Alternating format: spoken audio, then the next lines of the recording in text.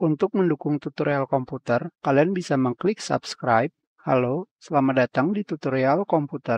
Tutorial kali ini mengenai menggunakan keyboard, tombol Start, menu, break, atau pause.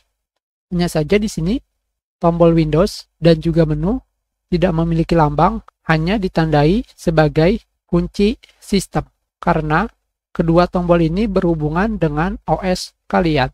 Sekarang mengenai tombol Start atau Windows. Tentunya disebut tombol Start karena ketika kalian mengkliknya seperti ini,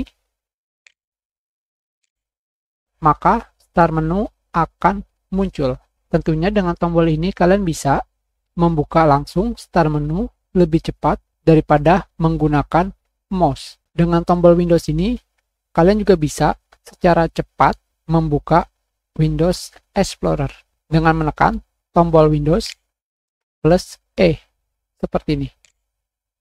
Lebih cepat daripada kalian mengklik folder File Explorer.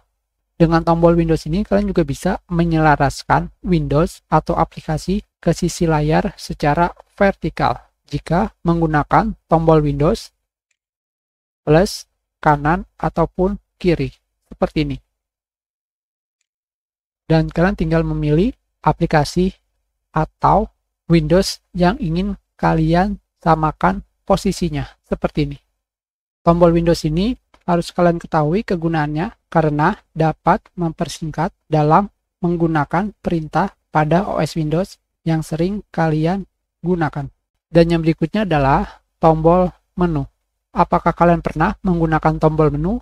Tombol menu disebut juga sebagai tombol menu kontekstual. Seperti ini.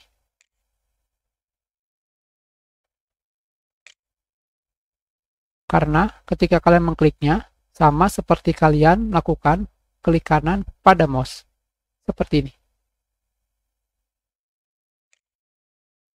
Sama bukan? Karena terlalu ribet, lebih baik kalian gunakan klik kanan pada mouse. Lebih cepat daripada kalian menekan beberapa tombol sekaligus. Yang berikutnya adalah tombol break atau pause.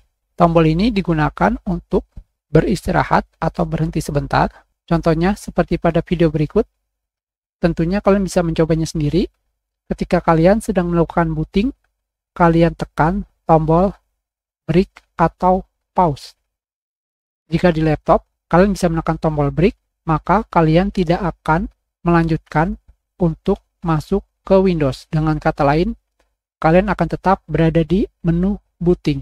Tentunya jika sudah seperti ini, kalian tinggal menekan tombol Ctrl plus Alt untuk melakukan proses ulang booting.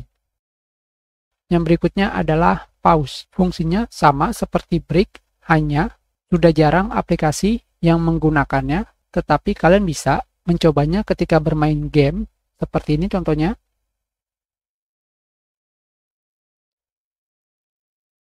Kalian tekan tombol pause, maka game kalian akan berhenti. Ketika kalian menekannya kembali, game kalian akan berjalan kembali. Sama seperti kalian melakukan pause pada game. Hanya saja, sudah jarang game yang support tombol pause, kecuali game-game terdahulu.